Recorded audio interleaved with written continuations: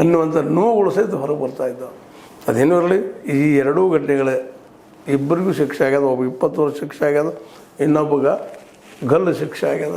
ಎರಡೂ ಶಿಕ್ಷೆ ಆಗುವಂಥವನ್ನದವ, ಅನಿವಾರ್ಯ ಅದ. ಆದರೆ ಶಿಕ್ಷೆಯಿಂದನೂ ಸಹಿತ ಬದಲಾಗ್ತಾ ಇಲ್ಲ ಸಮಾಜ.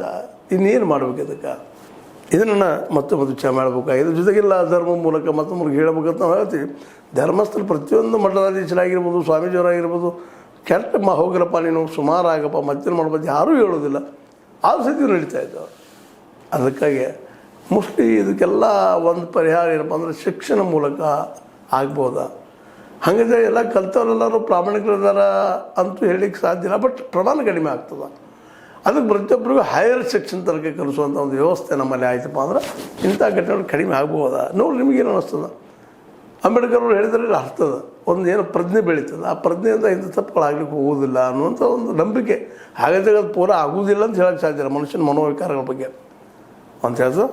ಇದು ಇವತ್ತಿನ ಒಂದು ನೋವಿನ ಘಟನೆ. ಇವ ಬಗ್ಗೆ ಹೇಳಬಾರ್ದಾಗಿತ್ತು, ಮಾತಾಡಬಾರ್ದಿತ್ತು, ಆದರೂ ಮಾತಾಡಿದ್ವು. ಕಾರಣ ಅಂದ್ರೆ ಇವು ಆಗಬಾರದು. ಜನರ ತಿಳುವಳಿಕೆ ಬರಬೇಕು, ಜನರು ಎಚ್ಚರಗೊಳ್ಳಬೇಕು. ಜನ ಎಚ್ಚರಗೊಂಡ್ರೆ, ತಿಳುವಳಿಕೆ ಹೆಚ್ಚು ಮಾಡ್ಕೊಂಡ್ರೆ ನಿಶ್ಚಿತವಾಗಿ ಇಂಥ ಘಟನೆ ಆಗಲಿಕ್ಕಿಲ್ಲ ಅನ್ನೋ ಭರವಸೆ ನಮಗೆಲ್ಲ. ನಿಮಗೇನು ಅನ್ನಿಸ್ತದ? ನಾನು ಹೇಳಿ ತಪ್ಪು ಅನ್ನಿಸ್ತದೇನೋ? ತಪ್ಪು ಸರಿ ಇರಲಿ, ಏನಾದರೂ ಅಂತಾಯಿರಿ, ಕಾಮೆಂಟ್ ಮಾಡ್ತಾಯಿರ್ರಿ, ನಿಮ್ಮ ಕಾಮೆಂಟ್ ಹಾಕ್ತಾಯಿರ್ರಿ. ಜೊತೆಗೆ ನಮ್ಗೆ ಆರ್ಥಿಕ ಸಹಾಯನೂ ಮಾಡ್ತಾಯಿರ್ರಿ. ಇದು ನಿಮಗಾಗಿರುತ್ತಿರುವಂಥ ಸ್ವತಂತ್ರ ಪತ್ರಿಕೋದ್ಯಮ. ಇವತ್ತು ಸ್ವತಂತ್ರ ಪತ್ರಿಕೋದ್ಯಮ ನಡೆಸೋದಷ್ಟು ಸುಲಭದ ಕೆಲಸ ಅಲ್ಲ. ಆದರೂ ನಿಮ್ಮ ಸಹಕಾರದಿಂದ ಸಹಾಯದಿಂದ ಮಾಡ್ತಾಯಿದ್ದೀವಿ. ನಿಮ್ಮ ಸಹಕಾರ ಇರಲಿ ಮತ್ತು ಹೇಳ್ತಾ ಇದು ನಿಮಗೆ ಲೈಕ್ ಆಗಿರ್ಬೋದು. ಲೈಕ್ ಮಾಡಿ, ಶೇರ್ ಮಾಡಿ, ಕಾಮೆಂಟ್ ಮಾಡಿ, ಜೊತೆ ಸಬ್ಸ್ಕ್ರೈಬ್ ನಡೆಸಬೇಡ್ರಿ. H16 ನ್ಯೂಸ್ ಅರ್ಥ ಇದು ಸತ್ಯದ ಕೈಗರಣಿ ವಂದನೆಗಳು.